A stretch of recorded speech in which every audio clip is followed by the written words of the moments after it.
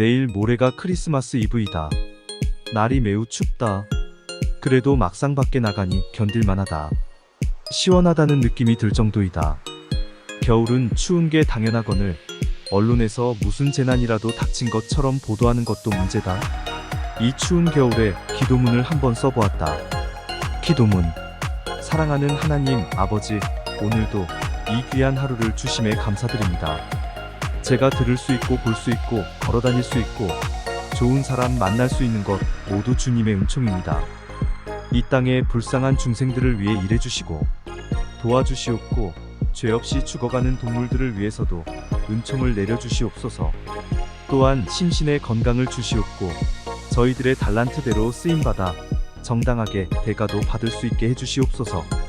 강아지 몽실이, 고양이 몽실이, 몽투, 다룽이 늘 건강하게 돌보아 주시옵고 거리를 헤매는 유기동물들에게도 은총을 내려주시옵소서.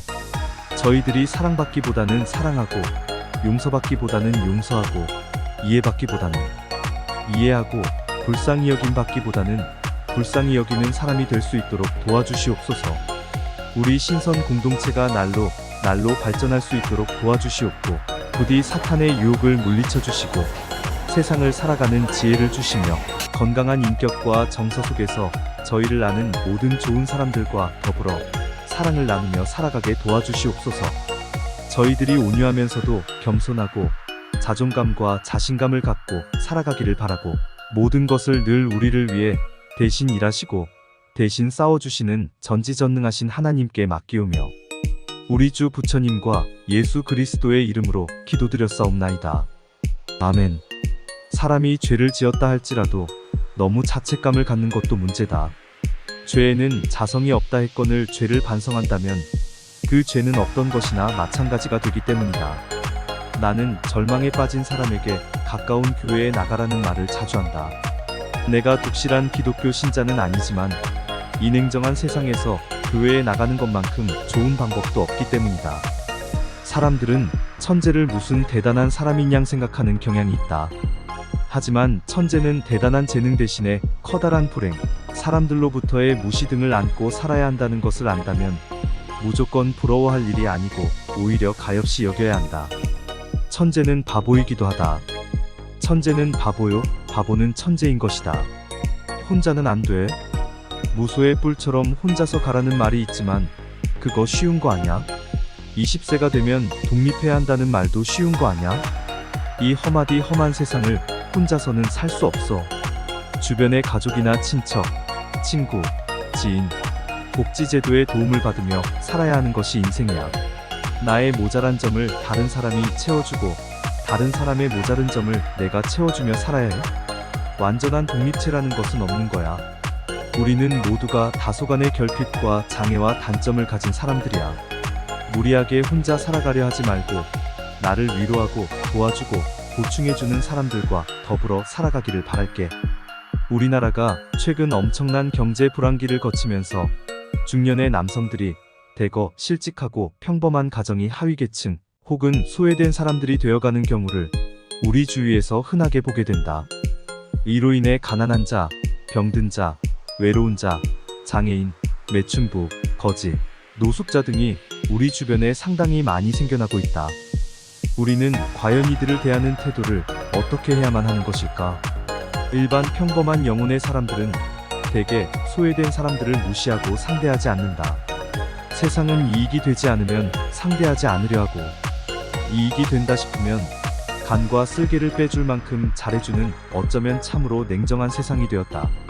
내가 수년 전 어느 절에서 수행을 할 때 가끔 거지들이 찾아오는 경우를 보곤 했었다. 그들의 행색은 정말 초라하고 천악이 그지없었다. 그 사람이 구걸을 하자 주지스님은 귀찮다는 듯이 공양주에게 1,000원 줘서 보내 라는 말을 했고 그 거지는 1,000원을 받고 떠나갔다. 그런데 동네 교회에서 만난 김 집사님 일명 베토벤 전 K대 음대 교수의 소외된 자에 대한 태도는 이와 사뭇 다르다. 베토벤 형님은 거지나 불황자들을 보면 가만히 지나치지 못한다. 폐지를 줍는 어르신들이나 거지를 보면 있는 돈을 다 주거나 없으면 신용카드에서 돈을 인출해서 주곤 한다. 만약 자신이 부자라면 그럴 수도 있겠지만 70살이 넘은 노인인 베토벤님은 집도 월세에 살 만큼 가난하고 성악 레슨을 하는 그의 직업상 큰 돈을 벌지도 못한다. 나는 베토벤 형님의 이런 성자적인 행동을 보고서와 세상에 이런 좋은 사람도 있구나 하며 감명을 받았다. 베토벤 형님은 원래 전직 대통령이 다니는 큰 교회의 장로이자 찬송가 지휘자였는데 그런 어쩌면 세속적인 명성과 지위를 다 버리고 더 힘들고 불쌍한 교회를 섬기려고 지금은 지하의 정말 어려운 교회에 나와 함께 다니고 있다. 얼마 전 수요 예배를 하러 그 교회에 갔는데 좀 특이한 상황이 벌어졌다. 어느 60대 노숙자가 들어와서 베토벤님한테 2만 원만 달라는 것이었다. 목사님은 그 노숙자에게 돈을 주면 안 된다며 노숙자에게 식사하시고 예배 보고 가시라 했는데 그 노숙자는 예배는 보기 싫다. 2만 원만 달라고 말하는 것이었다. 그러자 베토벤 형님이 어르신 제가 지금 현금이 한 푼도 없는데 나가서 신용카드에서 돈 뽑아다 드릴게요 하면서 기어코 2만 원을 드렸고 그 노숙자는 식사를 하고 2만 원을 갖고 예배도 안 보고 나갔다. 목사님은 노숙자에게 돈을 주면 술, 담배 한 이 주면 안 된다였는데 베토벤님은 정말 바다 같은 마음으로 그 노인한테 베풀고 그 노인에게 술 드시고 싶으시면 소주에 안주 준비해 놓을 테니 언제든지 교회에 오세요 하는 것이었다. 이 같은 상황이라면 여러분들은 어떻게 했을까? 참으로 어렵고 곤란한 질문이 아닐 수 없다. 나도 음식점이나 술집에 친구나 지인들과 있을 때 소외된 사람들이 싸구려 물건을 사달라고 손님들에게 부탁하는 경우를 보곤 한다. 나는 베토벤님처럼 그릇이 크지 못해 그냥 12,000원을 드리곤 한다. 내가 만약 성직자의 신분에 있었다면 그런 소외된 이들을 어떻게 대했을까? 이에 대해선 말하기 곤란하다. 내 앞가림도 못하는 처지에 큰 자비를 베풀기엔 내 그릇이 그리 크지 못하기 때문이다. 설상가상으로 나는 불쌍한 동물들에게는 아무런 조건 없이 내 돈을 들여 입양을 시키거나 먹이를 주곤 하는데 인간이란 존재에게는 꽤나 큰 불신감이 있어서 쉽게 마음의 문을 열지 못한다. 굳이 답변을 하자면 내가 만약 성직자라면 약 10,000원 정도의 돈을 손에 쥐어드리고 식사에 술 한 병이나 담배 정도는 대접해드렸을 것 같다. 개인적으로 소외된 자들에 대해서는 그 사람의 건강 상태나 경제 여건을 보고 상황에 걸맞는 일감을 제공하는 것이 그냥 무상으로 돈을 주는 것보다는 낫다고 생각한다.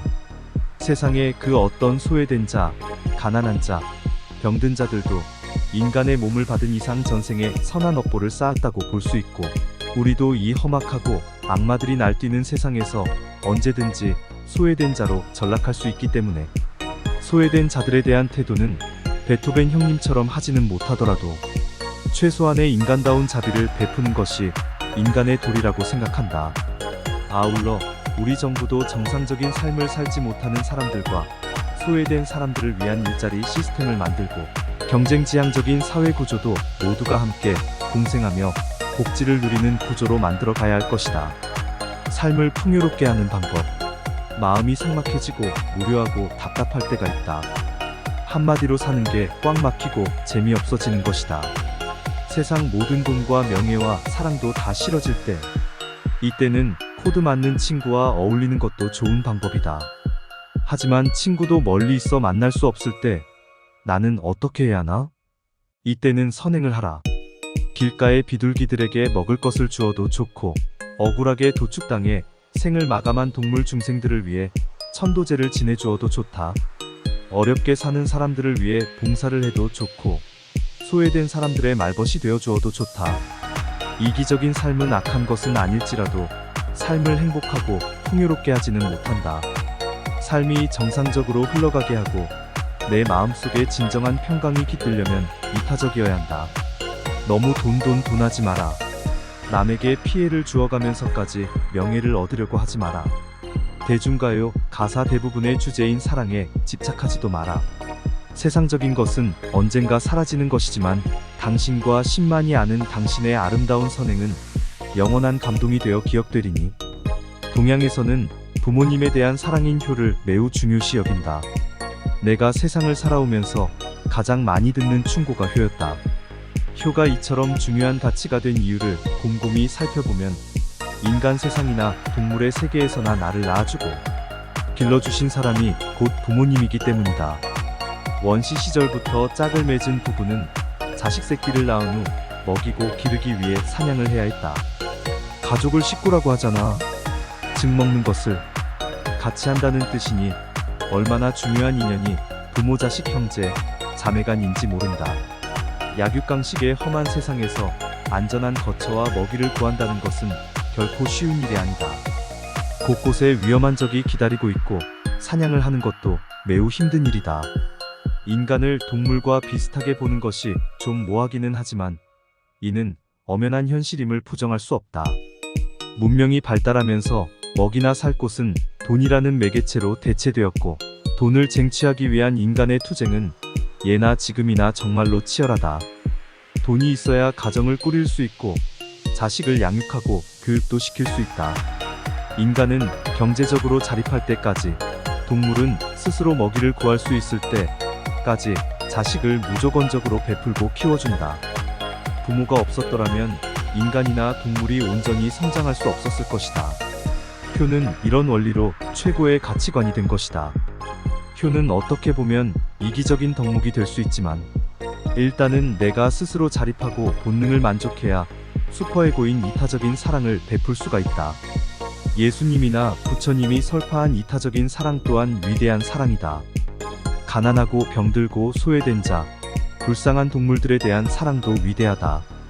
인간이 어떻게 만물의 영장이 되었는지는 모르지만 나 아닌 남을 긍휼히 여기고 사랑을 베풀 수 있는 것은 인간만이 가진 훌륭한 점이라고 볼 수 있다.